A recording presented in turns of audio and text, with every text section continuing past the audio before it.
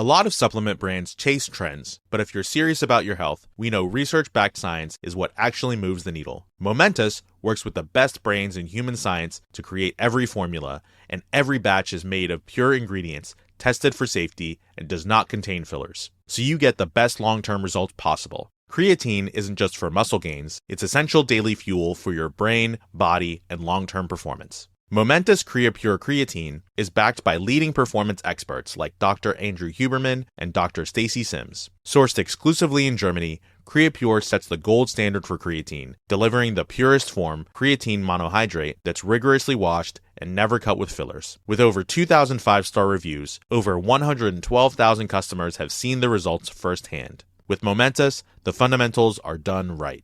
Right now, Momentous is offering our listeners up to 35% off your first subscription order with promo code ACAST. Go to livemomentous.com and use promo code ACAST for up to 35% off your first subscription order. That's livemomentous.com, promo code ACAST. Grief doesn't keep a calendar. Anxiety doesn't clock out after 5. Depression doesn't care if it's your busy season. But support can still fit into your life. With Grow, you can find a therapist who meets you where you are. They connect you with thousands of independent licensed therapists across the U.S., offering both virtual and in-person sessions. You can search by insurance, provider specialty, treatment methods, and more to find a therapist who works for you. And if it's not the right fit, switching is easy. There are no subscriptions, no long-term commitments. You just pay per session. Find therapy on your time.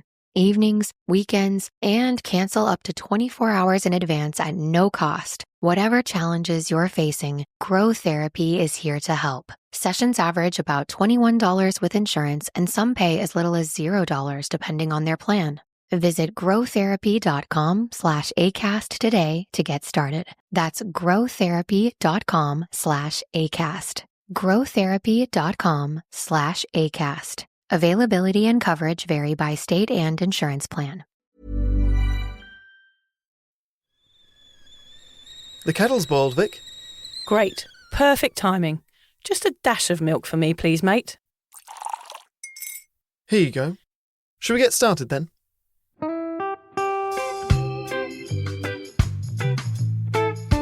Have you ever woken up on a Sunday morning and said, I'm never drinking again, and then found yourself waving $50 at a barman by happy hour? Are you wondering why everyone else can stop at 1 while you head to a dodgy after-party with a weird bloke called Disco Dave? If so, it might be time to take a deeper look at your relationship with your reliable social crutch, alcohol. On each episode, we'll investigate our own dysfunctional dealings with booze and find out if it's possible to stop this deeply ingrained habit before things get too messy. Yep, we're going to open up a shame shed of humiliating drinking stories to help you understand why waking up from a booze coma each weekend with a kebab sticking out of your top pocket might actually be negatively impacting your health. Hamish and I are here to delve into what it's like being sober, an unwanted warts and all look into why giving up those cheeky pints or putting down those mummy wines will make you feel happier, help your anxiety and mental health, and turn you into the most sparkly, authentic version of you. Won't that mean I become boring though, Vic? Well, Hamish, we'll just have to wait and see. I'm Victoria Vanstone. I'm Hamish Adams-Cairns. And this is Sober Awkward. Welcome to the North Pole's least organised department, the Sober Awkward Christmas Preparation Centre. It's a mouthful, that, isn't it? I Christ, know. It doesn't roll off the tongue. No, let's call it the SACPC. Oh, we should have had that as Santa. It would have been better. It's almost. No, we should have had something. We should have had that something more vulgar. We should have had that as like penis or something, shouldn't we? Yeah, penis, an acronym for penis. That would have been much more entertaining. Anyway, I'll do that next year, Hamish. I'm Mrs. Santa, your sober fairy godmother with a saggy boob and a turkey full of stuffing, trying to get through another festive season without wanting to hide in the shed or guzzle so much booze that I fall headfirst into a gravy boat. Why is it just the one saggy boob? Do you feel like you've got one pert and one saggy at the moment? Yeah. Oh, have you got a problem with that? Were you left boob dominated when you were breastfeeding and your right is like a 19-year-old's? That does happen, actually. I think that does happen. Yeah, you usually when you're breastfeeding, they always want the right boob. For me, it was always the right boob. But the left boob is gorgeous. I've never noticed when we do our press photos that Well, you I'm always want the glad you left boob in, not the right. And even if you had, I don't think you would have said anything anyway. Oh, by the way, Vic, your left boob's looking a bit saggy. Your right boob is smoking, though. Oh, dear. I am your mildly disappointed sidekick, Elf Hamish, bringing festive cheer, mild existential dread, and a pair of tights that are quickly disappearing up my bum crack. Today, we're jingling our way through what the perfect sober Christmas would look like if we were totally in charge. Well, I am anyway. No drunk uncles, no eggnog-fueled karaoke. Sorry, a bit American there.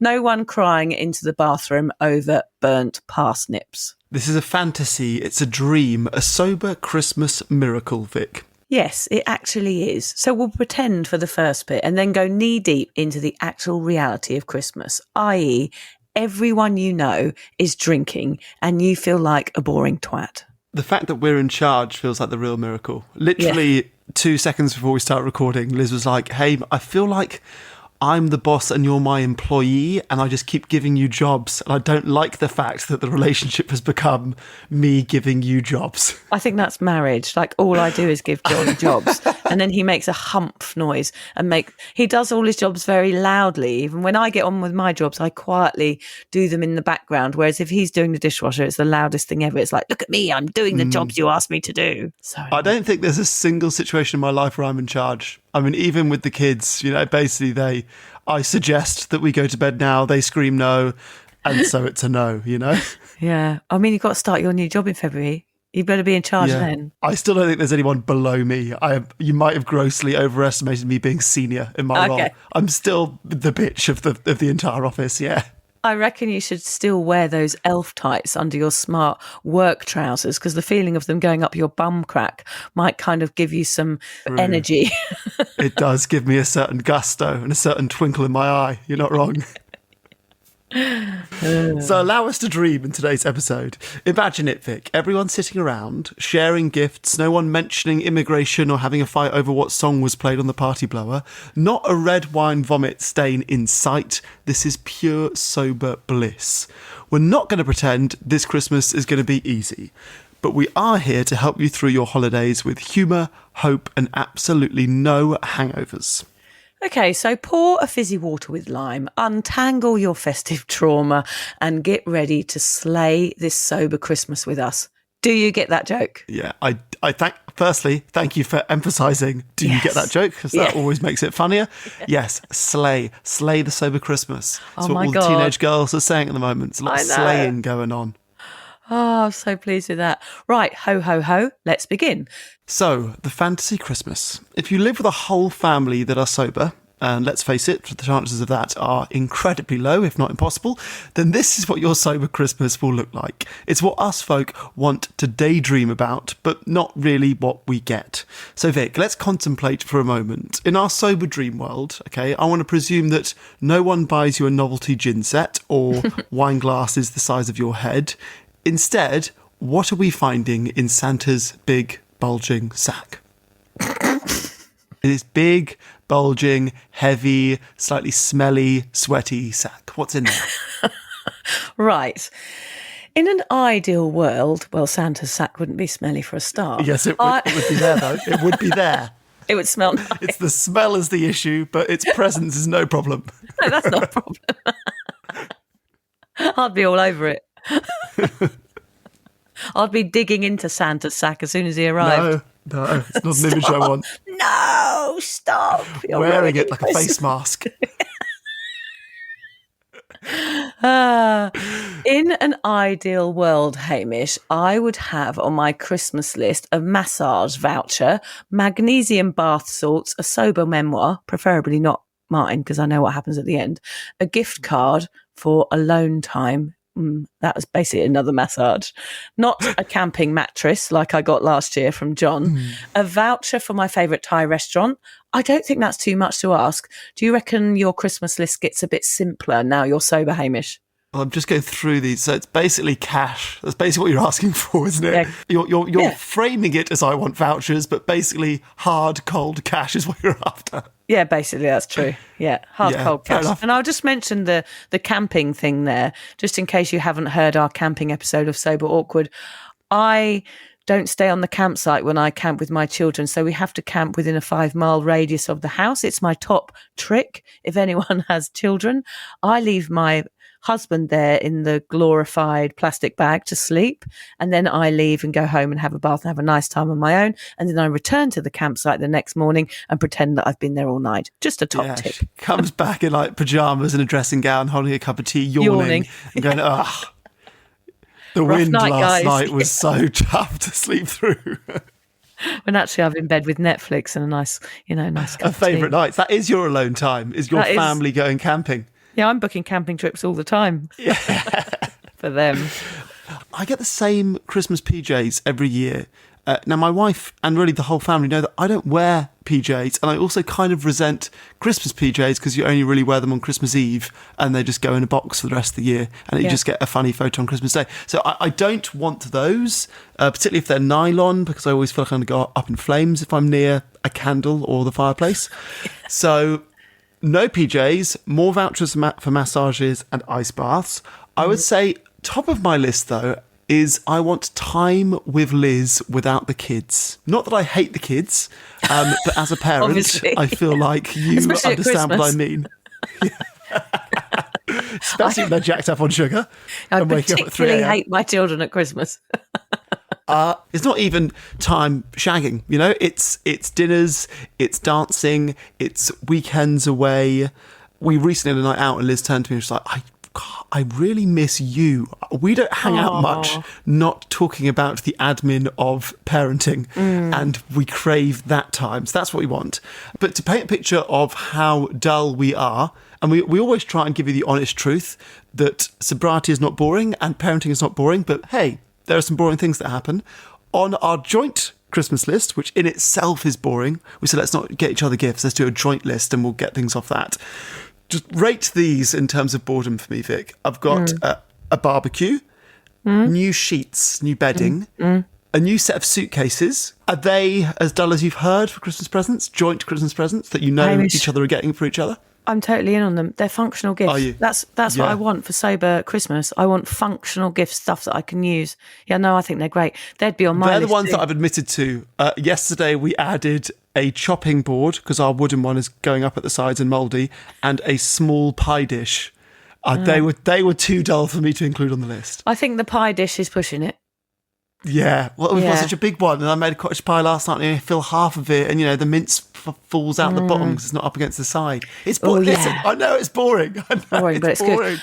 I like the thought of reusable items, like things that have a no sell-by date, like Tupperware. I'm like, Okay, oh good. yeah, get me a Swiss Army knife, something that never ever ages. Liz and I went to IKEA recently. So IKEA's always fun. IKEA turns out not always fun. We were in there for 2 hours. The only thing we left with was 6 Tupperwares. They don't even have dime bars at the counter anymore. There's no dime Did bars you at have checkout. blindfolds on or something? Who goes to Listen, bloody we're both on IKEA? parental leave. We've got time You to just go- spare. You just go for the meatballs, don't you? Well, we didn't even get the meatballs. We're looking for was the dime bar. We just got 6 Tupperwares. Shit, That's it. that's weird. One Anyway, of them's going to be your Christmas present, actually. Now Oh, I know that. hurrah. I've got one to spare.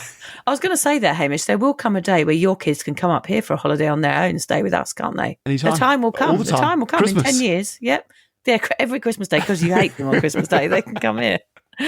Also, in the fantasy, I imagine everyone rocks up with a kombucha, however you say that, and says, we're doing dry December. Oh, my uncle isn't sneaking rum out of the punch bowl. I don't get roped into 10 rubbish board games. And we sit as a family, cross-legged in a circle, and sing some carols while we realise alcohol is bad for us and true connection lies in the sharing of gifts on the day that the baby Jesus rose up and came back to life to spread cheer to all the potential future alcoholic children nearby.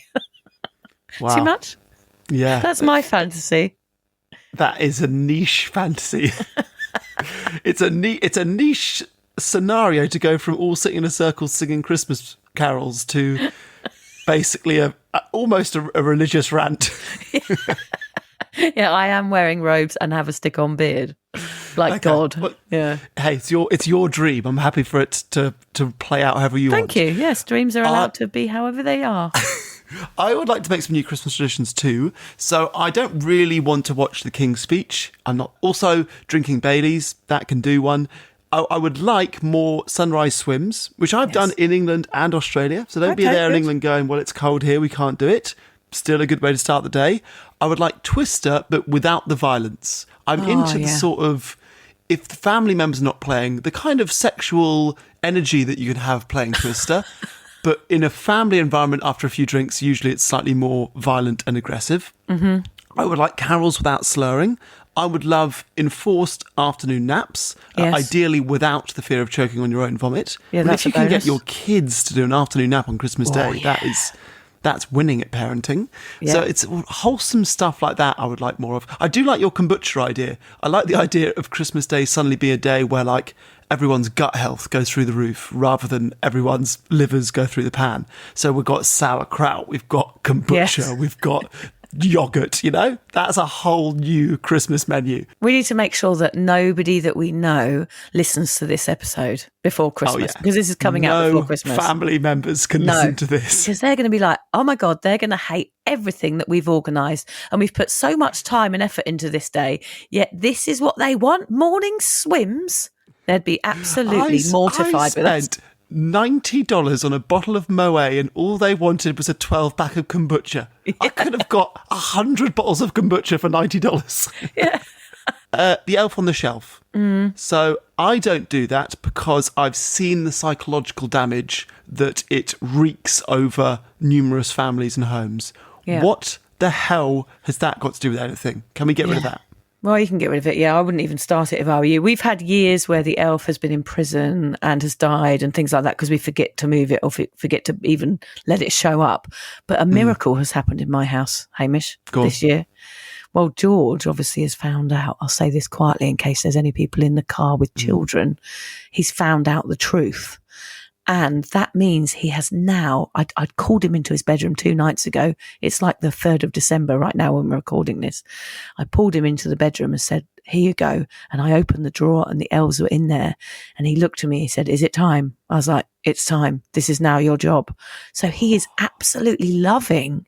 He's organising the elves and they're all doing lots of cool stuff and breaking into the cereal and leaving mess around and leaving notes and they're all writing to each other. It's absolutely a beautiful thing to watch. So basically you've sublet out the shit job is what you're really saying. Yes, I basically have, but I've made it. I've pretended that it's a really special job. Do you see if he wants to do all of the wrapping for the stockings as well? Maybe that would be nice. Excited about that. That would be very nice. Yeah, he can do the washing up on Christmas Day as well. Oh, yeah, fine. The elves really like it when you do the washing up, and the elves love it when you go to Kmart and do all the Christmas shopping for the cousins. Can I add a peaceful household to my wish list too? No one crying, no one disappointed that they didn't get the right colour crocs. I mean, that's the sort of thing that happens in my house. No one yelling, you ruined Christmas before 11 a.m. or having a fight over the bubble and squeak, which, as you know, has happened before. And my children will come up and say at the end of the day, gosh, Mummy, I'm so grateful to you for always being there for me. Would you like me to help you more around the house so that you can have a second of relaxing? I like this fantasy. I have a question for you, Hamish. I know you're quite posh. Well, how posh would you say on a scale of 1 to 100? How posh are you? I would say 70. Yeah, I'm in the 70s. Okay, I'm probably 60. Well, you're schooling. You're in the 70s, but I think you've distanced yourself from that. You're 55 to 65. Yeah. Do you still call your mum Mummy? No, never did. I don't think I ever did do Mummy and Daddy. That probably knocks me down a few points. No. Yeah, you're down actually, in the 60s now. It was worse than that. This is going to ruin my reputation and bring me back up into the 70s. Dad always wanted us to... It was Mummy, my darling, and Daddy, my hero. Mummy, my darling, and Daddy, my hero. Which is a bit of a God complex from Dad, isn't it? What Say have that you done again. to earn this Mummy, hero? my what? Mummy, my darling, and Daddy, my hero. But I don't think I've added the me's to mums or the D's to dads since I was about.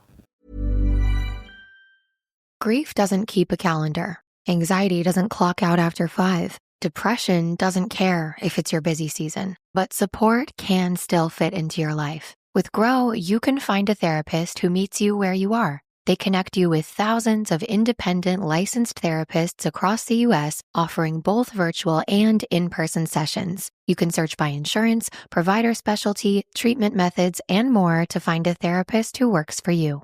And if it's not the right fit, switching is easy. There are no subscriptions, no long-term commitments. You just pay per session. Find therapy on your time. Evenings, weekends, and cancel up to 24 hours in advance at no cost. Whatever challenges you're facing, Grow Therapy is here to help. Sessions average about $21 with insurance, and some pay as little as $0 depending on their plan. Visit growtherapy.com/ACAST today to get started. That's growtherapy.com/ACAST. growtherapy.com/ACAST. Availability and coverage vary by state and insurance plan. Most people overpay for car insurance, not because they're careless, but because switching feels like too much hassle. That's why there's Jerry, your proactive insurance assistant. Jerry compares rates side by side from over 50 top insurers and helps you switch with ease. Jerry even tracks market rates and alerts you when it's best to shop. No spam calls, no hidden fees. Drivers who save with Jerry could save over $1,300 a year. Switch with confidence. Download the Jerry app or visit jerry.ai/ACAST today. I'm in 10, 9, maybe less. Probably double figures, I reckon I got rid of that. I reckon you've probably also got a weird name for your grandparents when they were alive. No, because I think you know this is true, and now you're stitching me up. I don't. Go on, tell me. Gugga. Posh people Gugga and always Mama. have funny names Gugga for their and Mama. grandparents. My brother couldn't say grandma, so that's how Gugga comes around. I can imagine a lot of people sat around the fire laughing at that. A lot of posh people. Yeah. Although I had a friend at school who used to give me shit for Gugga, and I was like, why? What do you call your grandparents? He was like, well, my grandpa's Bam Bam. I was like, okay, if your grandpa's Bam Bam, you can't take the piss out of Gugga. What's wrong with Nan? Yeah, well, my mum and dad don't want that. They do not want to be called Granny or Nana or any of that. Really? So no, we've got Mimi for mum, and we've got Papa for dad. Yeah, dad likes God. Papa. Is that because you just go to private school, so therefore it's just a rule, like you have to have an Arga and you have to have family silverware? Never had an Arga or a Never doll. had an Arga. Actually, You take it down. I'm common man, and Stretton wasn't posh. I'm not as bad as I'm coming across. Okay, yeah. All right, well, we'll let that go. Anyway, wouldn't it be lovely, a serene and sober Christmas full of sparkling water toasts? Yes, not as in the toast that you put in a toaster. Gratitude speeches from your children, I wish, and 0 emotional landmines hidden under the tree. We're not here to sell you a vision of Christmas perfection. We're here to talk about the reality, the chaos, the cravings, the passive-aggressive relatives, and the weird bit when someone inevitably does the worm in front of a cheese board. So buckle up, because what we can offer is preparation, permission to feel awkward, and some tips to help you stay strong through the madness. So what actually happens at Christmas when you're sober? What does it look like for you? What's your Christmas day? Obviously, you don't drink. Now, John doesn't drink. None of your kids drink. They're not old enough. So what does it look like? Well, my sister doesn't drink either, and she's always there. She's 26 years sober, so that's great. But for me, it looks like people opening the sparkly at 9 a.m. because it's Christmas. The inevitable drunken argument about bubble and squeak, as I already mentioned. A 6-hour present opening marathon in which I usually get some clothes that are too small for me and some alcohol-infused chocolates, which everyone says, it's all right, it's been burnt off. Do you get that? Yeah, With that is booze, the constant sometimes line. booze in food. Yeah, it's all right, it's been burnt off. I'm like, well, it still tastes of booze even if it's been burnt off, and that's kind of a bit triggery, but people don't really understand that. I get a very funny look when I don't eat the brandy butter, honestly, because they just think I'm a weirdo.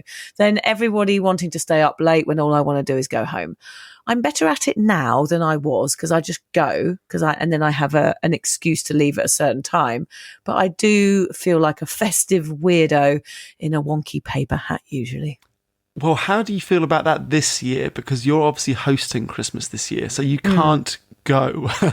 They have to go. Does that bring with it some anxiety, or would you rather be in the safety of your own home? I hadn't actually thought that through, Hamish, but all I know is that we will have to give them lifts home. So it still is up to us, because we can just suddenly go, right, it's time for you to go. How do you find yourself surviving Christmas, though? You now have done, 6 or 7 in a row. Do you pop out the other side on Boxing Day feeling refreshed and rejuvenated, or are you frustrated and angry at the sort of societal norms of the big day? Well, I actually just feel proud. I mean, I think that's what sobriety is, feeling pride from getting through the hard days.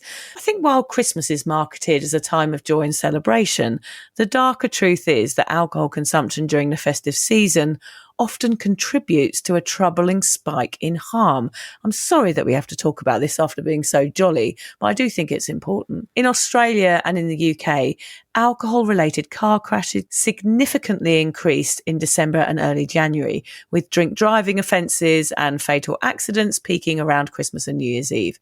Emergency services report higher rates of trauma admission due to intoxication, and police forces brace themselves for the rise in alcohol-fuelled incidents. The combination of end-of-year parties, family stress, and the social pressure to drink often creates a perfect storm, one where impaired judgment can turn celebrations into tragedies. Oh gosh, that's a hard word to say. Domestic violence also tragically surges during the holiday season, and alcohol is a key contributing factor. Support services consistently report a spike in calls around Christmas Day, often from women and children seeking refuge from homes made volatile by excessive drinking. The reality is, while booze is often framed as a festive treat, its effects can be far from merry, increasing aggression, lowering inhibition, and worsening mental health issues like anxiety and depression. For many, Christmas isn't a season of joy, but one of survival. That's why choosing to go alcohol-free isn't just a personal act of self-care, it can also be a quiet rebellion against a culture that too often normalises harm. Oh, yeah. It's tough to talk about that, isn't it? Because it is tough. Christmas is like Christmas films and rom-coms. The media perception of Christmas is not loneliness and violence and fear. But that is the reality for lots of people around the world. You know, we talked about Australia and England, but the same would be true for anywhere, really. Yeah, and I think we come from privileged backgrounds. I know we take the piss and we're kind of laughing about our Christmases and the perfect Christmas, but I think for some people, the perfect Christmas is something as simple as just feeling safe. And that's really sad to think about, isn't it? That is the time of year where, you know, you're supposed to be feeling loved and the sharing of gifts and all of these things that the media tells us it should be. But that's not a reality for everybody. So I do think it's important to discuss how alcohol affects those situations and how it can make things obviously a lot worse than Christmas Day, which is why it's worth being sober around people that are drinking a lot. People see that and people learn from your sobriety. They see you looking happier. Perhaps by next Christmas, they'll be trying to do the same. So sometimes your sobriety is a message enough without having to tell people about it all the time. I would also say from a drinking point of view, Christmas Day is like the day that so many people, while still drinking, got it so wrong. Yeah. You know, the days that you threw up on Christmas Day or you forgot a gift or whatever. You know, there's so many stories people write in like, Christmas Day was my turning point when I realised, oh my God, I've got to change. Or from a sobriety point of view, it can either be the day that people dread the most or delay getting sober until after Christmas Day because it's such a boozy day.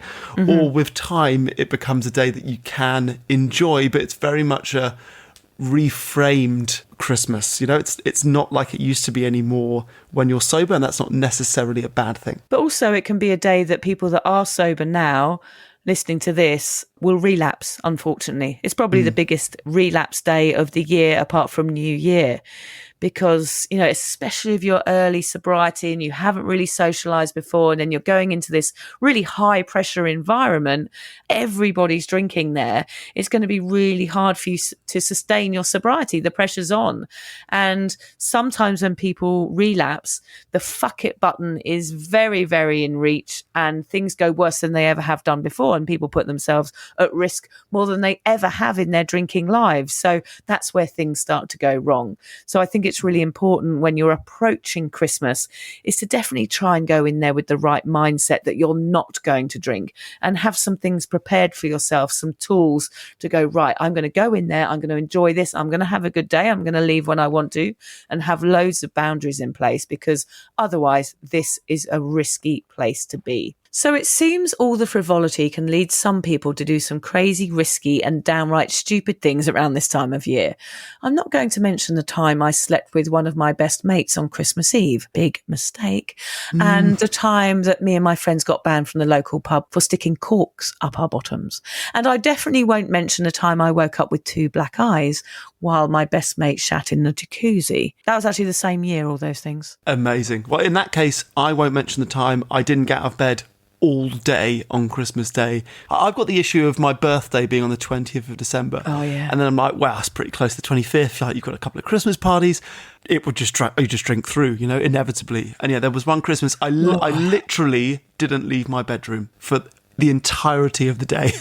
God, it's hard, isn't it? It's those days and that pressure not only to drink on Christmas Day, but it's 2 weeks really, isn't it? It's the build up, it's Christmas Day, and then it's the week until New Year.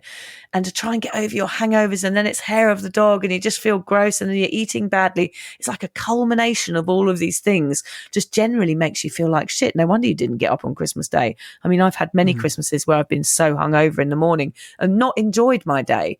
And that's the difference between having a boozy Christmas and one that's sober, because you actually get to enjoy yourself. So this Christmas, before you can even smell the pigs in blankets cooking in the oven, we want you to build your sober toolkit. Yeah, we want you to be ready, as they say. By failing to prepare, you are preparing to fail. Oh, yes. How would you advise the little sober munchkins to start, Hamish? Okay, so here are some tips. Bring your own drinks, because it is boring drinking water all day, and I would actually bring more than you probably need. What I often do is I bring like 4, and then they go quite quickly because you're drinking when everyone else is drinking, and then you're just on waters all day. Bring more than you need. Bring different mocktails if you're into mocktails. A range of them, but bring plenty. Plan your exit, unless you're hosting like Vic. Drive yourself. Do not drive people that are going to drink all day. Tell them they can hop in cabs. Plan your exit. It'll be earlier than you perhaps think, particularly if it's your first sober Christmas. Rehearse your no thanks. No, I won't be having a drink, and this is why. Ideally with a comic line that politely, but in a punchy way, tells people to fuck off. Hide in the toilet if and when you need to. Also, find your allies. Maybe there's one person who's also not drinking. Message them in the lead up. Create a little pact, bring sober drinks for each other, speak to them when everyone else gets drunk. Maybe you sneak off and you listen to our podcast when you're hiding in the loo, or you can head to an AA meeting before the big lunch. Whatever fills your sober cup and whatever will get you in the right mindset and make you feel confident enough to go into Christmas Day knowing that you won't be tempted and actually being able to look forward to it instead. What I would say is look for the good stuff in the day. Eat the cake, enjoy the presents, and enjoy being present, and whatever you get in Santa's stinky rotten ball bag, of course. Look forward, maybe mentally rather than blurt it out, to being a really smug, sober wanker on Boxing Day. Imagine. No hangovers, and on that day, that really feels like winning the lottery, honestly. I find, Haim, that strutting around with my head held high, waking up for sunrise, and then asking everyone smugly what time they went to bed is really, really satisfying. Even if you do that thing, Haim, where you might strut around and say, I've been for a run already. I think that is even annoying. Just basically be a bit of an annoying cunt. Nice. Our first C-bomb in a while. Yeah. I wonder if you open the blinds and look out of your window at 6 a.m. on Boxing Day, what percentage of the people that you see are sober? I reckon it's like maybe the most sober time of the year to be out and about would be 6 or 7 o'clock on Boxing Day. It's like, this is the sober army out chatting to each other. So we should organise like sober walks or sober meetups on Boxing Day morning, shouldn't we? Boxing Day morning and New Year's Day, it's when all the sober people are out and about, smiling at each other with a knowing smile. Unbearable smugness. Unbearable. They're probably all floating. They're not actually walking. They're just floating a little bit above the path because they're so above us and so like magical. And they'll be wearing like brand new trainers or brand new exercise gear. They're like, Christmas Day this year, my family just got me trainers and exercise gear because that's all I've done since I got sober. Yeah, and trainers that don't have any scuffs on them at all. Yeah. You can revel in the fact that there are no mystery bruises, there are no shame flashbacks. You remember everything, good and bad. We often ask the same question in our festive episodes, which is, what is Christmas really about? What would you have said to that question 10 years ago, Vic, when you were still drinking? Okay, 10 years ago when I was drinking, Christmas was about getting hammered with my mates on Christmas Eve, starting to drink as early as possible, making sure we don't run out, topping up other people's glasses, playing party games while slowly making my way through a vat of wine, falling over a bit, then a lot, cracking open something stronger, not remembering lunch, and then being in a blackout and repeating this day until New Year's Eve, when I have no fucking idea what's happened to my liver and I need a transplant, and I probably need to be sectioned because my mental health has deteriorated so much that I feel like I'm going to die. Cracker, anyone? It's pleasant. It's a pleasant recounting of Christmas, What isn't it? fun. Ha ha ha. Christmas. Look at us all drinking Baileys. Isn't it fun? Isn't it funny, Hamish, how in the media they only show that's always the first glass of Baileys, that person sitting by the fire, swilling it around, making the glass a bit beige with the ice chinking away. We know that's what the first glass of Baileys looks like, don't we? What does the 10th glass look like? That's what I really want to see. The truth. Yeah. I'm also not sure if I've drunk Baileys on any day other than Christmas Day. No. It's one of those weird traditions that one day you have a bottle of Baileys and it lasts about 25 years because you drink it once a year. But isn't it clever how they make it look cosy? Isn't it strange? Always cosy and creamy and looks delicious and looks like it's what you should be doing on Christmas Day, doesn't it? Yes, it's so convincing, isn't it? It's really fucked up. Mine were more the drinking beginning at breakfast, just because you can, because it's Christmas Day. Yeah. And really the only hour that drinking paused for was when we went to Mass. You go to Mass, come back, straight back on the champagne and orange juice.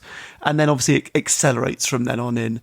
Lunch would usually involve some kind of inappropriate dares. You know, you'd be like tipsy down one end of the table with the people your age, and we would start hatching up dares that we could crack either during lunch or, you know, after lunch, strip and run down naked over there or something like that. Yeah. Inevitably, we would overshare with Grandma. I told you the story about when I had a T-shirt that had choking hazard and an arrow pointing down on, which was a kind of like a joke Christmas present I got given, and I got to sit next to, it was actually my mate's grandma, and I had to basically explain a blowjob to a 90-year-old woman who was 95 plus on the posh 100 scale. And then inevitably there would be some sort of partial nudity during a family game afterwards. Like someone would get it slightly wrong, misread the room, and It's a bit strange, Hamish, all that. It sort of depends. We had Christmases when it was just the four of us, not all that much nudity, but then Christmas we stayed with like our best family friends who had this grandmother. They are the dares and nudity and childish behaviour family. It's not A normal naked for your Christmas. family There's nothing friends, wrong with a grandmas to see your balls. Yeah. What's Anyway, that game, Hamish, where sometimes put their balls on a table and like bang a beer bottle on them? Is that a game or is that your elbow that you never do that played on? that. Never played that. Yeah. No, I've never played We it. did. either, We but- did have a economics teacher at school who got banned from the local pub for getting their cock out on the bar and rolling it like a rolling pin. Interestingly, didn't lose his job at the school despite basically bearing all in a public pub that all the students were at. I remember being at a pub on Christmas Eve and somebody showed to me what I thought was their watch and said, look what time it is. And they they put their wrist towards me quite low down and they had wrapped their penis around their wrist and was showing me their penis wrapped around their wrist like it was a wristwatch. That's good. That's good quality fun. Well, yeah, that's the sort of weird posh fun that you have at your Was that naked your Christmas. grandpa?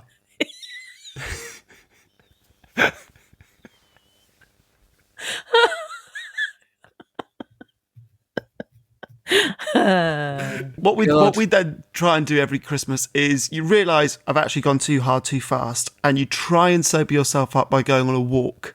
Now the fun thing about going for a walk, particularly in London, is that it's the only day where everyone's crazy jovial to strangers. Like, you are chatty because everyone's doing the same thing. Everyone's got too drunk at lunch. And then that immediately ends Christmas Day and you go back to just being rude and ignoring everyone on Boxing Day. Yeah. And then we'd come home and, you know, Mum would have been like preparing a delicious leftovers dinner, and we'd sit down and watch TV and we'd fall asleep before leftovers dinner came out. That was, I mean, basically it's that every year. Yeah, it's the same every year, isn't it? It just changes when you go sober, which is quite difficult to explain, isn't it, to people? It's like, well, why are you changing this? This is what we do every year. Now you've decided to do something, and now we all have to change to kind of follow suit, and it's extremely annoying. I do think people find sobriety annoying at Christmas time. So what does sober Christmas look like without the chaos? Well, for me, it's just about being present. I mean, getting presents and being properly present, not half-cut, not slurring through the charades. It's about my kids laughing, mismatched pyjamas, half-burnt stuffing, and the joy of actually remembering the day. That's right. It's about kindness, gratitude, slowing down. It's about making new memories, new traditions, and soaking up that special day. It can also be about focusing the time and effort you spent on getting drunk on making something for the family to enjoy. This is something that I've tried to do in my three sober Christmases. What I try and do is I try and master a new dish, because I've been so bad at cooking all of my life. And then I can provide that as my gift to the family, and it gives me something to focus on. It gives me something to sort of do throughout the day to check up on my dish and see how it's going. Great. Rather than just always being basically white-knuckling, not drinking whilst everyone gets drunk around you. Yeah, and we've said that before, like having a job to do, like being somebody that's the helper for the day or something like that, can really distract you from drinking. So whether that's doing the washing up or organising a game or getting everybody out for a walk, have these things in your sort of sober belt. Doesn't matter even whether it's a crossword, that can save the day sometimes. Go in there knowing that you're not going to drink. Because if you go in there going, shall I have one? Shall I have two?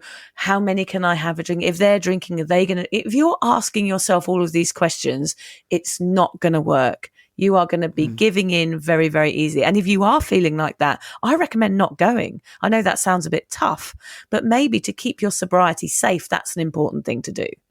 In the end, it's not booze that makes Christmas magical. It's the little moments, the cups of tea after a long walk, the hug that lasts longer than usual, a cheesy film with someone you love snoring beside you. That's what it's really about.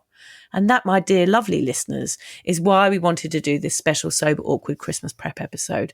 Not to scare you into staying home, but to remind you that you can have a bloody brilliant Christmas without booze.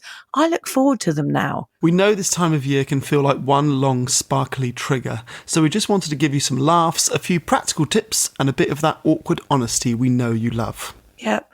Whether you're spending the day with noisy relatives, cranky toddlers, or just yourself and a packet of ginger nuts, yes, preferably, we see you, we're proud of you, and we hope that this episode helps. You're doing something big, something brave, and we're right here with you, jingling awkwardly into the new year. Oh, I like doing Christmas puns. Merry Christmas, you sober legends, and remember to always feel the awkward and do it anyway. Ah, there you go, Hamish. I have also done a new Christmas poem, which will be coming out on Christmas Day, so keep an eye out for that. I saw that you've done that, and I'm not listening. I'm actually going to save it and listen to it on Christmas Day when it comes out. You know what? I'm almost annoyed we recorded this today rather than tomorrow, because tomorrow I've got my work Christmas party. Oh, that'd be interesting. And I know there's going to be some stories to come out of that, which I will save for another episode. But I do have to. I'll be like I'm basically going there as a sober, awkward content creator, and I will be looking for gems which will inevitably come out. Oh yeah, we can share them in our New Year's episode, Haim. Yeah. But I can't reveal anyone's names. Don't do the skin wristwatch though, that's my advice. I'll do that to the managers. Yeah, what time is it? Really prolong it and keep doing it, going around to everybody there. Anyone know what time it is? Hey, look at my watch. And keep every doing time it. You get a really ashen look from someone who's not found it funny, try the person next to them 5 minutes later. Try the person next to them. It is funny. You just need to find your audience. That is the sort of thing people do when they're drunk. And imagine waking up Christmas Day going, oh my God, I've been to my Christmas party and I was doing the skin wristwatch.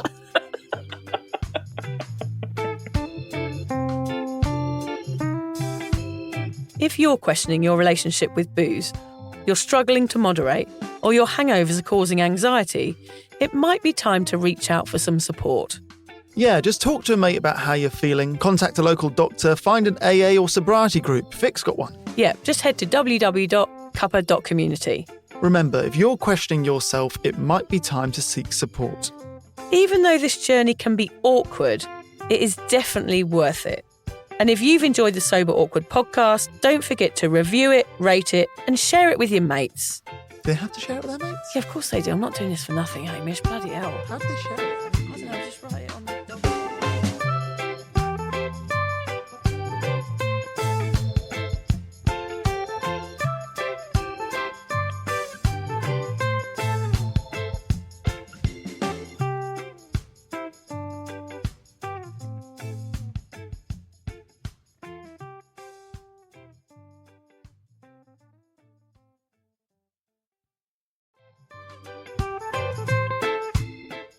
Vic, so do you fancy coming on a sober holiday? Don't worry, we're not talking about some corporate wellness retreat with cucumber water and enforced eye contact. No, this is a sober awkward retreat. 8 days of sun, sweat, laughter, and absolutely no hangovers. Yep, it's all happening in Thailand next October. Picture this: yoga at sunrise, writing workshops, ice baths, Thai boxing, and lots of awkward sober dancing under the stars. It's a proper holiday with proper weirdos, our kind of people. Yeah. You'll meet legends who've also given the booze a boot and want to have fun without feeling like a social reject. Come solo or grab a mate. Bring your awkward, bring your sun cream. No pressure, no judgment, just a big, warm, sober hug in paradise. All the info is at soberawkward.com/retreats. Come and get sweaty with us, emotionally and physically, in our all-inclusive jungle resort. You'll start out as 15 strangers and leave with 15 new sober mates. I'm not sure I want 15 new sober mates, actually, particularly sober ones. Yeah. Oh, well, you're not invited then.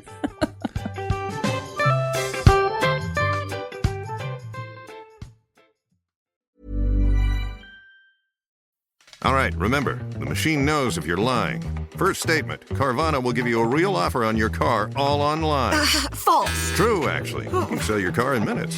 False? That's gotta be... True again. Carvana will pick up your car from your door, or you can drop it off at one of their car vending machines. Sounds too good to be true, so... True! Finally caught on. Nice job.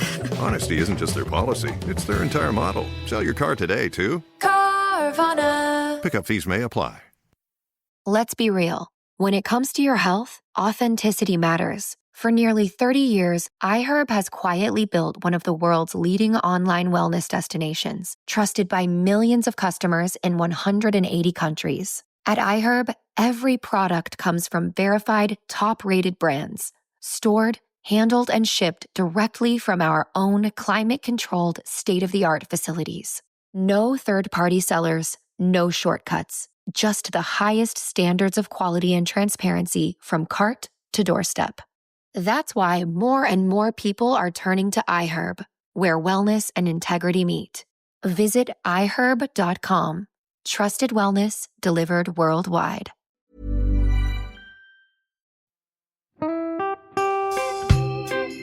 So, as you probably know, my comedy memoir, 1,000 Wasted Sundays, is officially out. All my magnificent fuck-uppery in one awkward hit. If you'd like to get your hands on a copy, it's now available from all good bookstores. We always say all good bookstores, don't we? Yeah. Are there bad bookstores? No, it's probably ones with moody sellers. Oh, yeah, really Yeah. depressed librarian folk. Yes, Okay, yeah, good. yeah. So there are probably some, but we're only storing it in the good ones. It's only made it into the goodies. You can also get it from all good online retailers. The print version and ebook are out now, and the audiobook will be available in March. I've been writing my memoir for 5 years. It will make you laugh, cry and cringe, and hopefully inspire a few people to reconsider their relationship with booze. If you love the podcast, then I think you'll love the book, even if I do say so myself. Hamish has read it. What did you think? I feel like I know a little bit too much about you now, to be honest, Vic. Look, I really loved it. It was hilarious and surprisingly moving, but I feel like I've seen you naked in a literary sense. Yeah. Does that make sense? Yeah, that's worrying. Yeah. Yeah. From an emotional point of view, seriously, it wobbled my teeny weeny wooden heart, Vic. Okay. My teeny little wooden heart. Well, his Be teeny not little, here. his wooden heart is broken. Anyway, so if you do manage to get your filthy mitts on a copy, please do me a favour and head to goodreads.com and give me a review. Doing that will help me get it out there to those that need a bit of sober support. So there you have it. My story, unwanted warts and all. Come and get awkward with me. Not to be too demanding or anything, but seriously, go and buy it now. Yeah, go and buy it. Go and buy it right now. Yeah, don't just tell your friends, buy it, and then buy your friends one or two. Yeah, don't give them a copy. Buy it, yeah. And you know what? Don't be careful where you store it. If you lose it, you can always buy another 5. Buy another one. Yeah.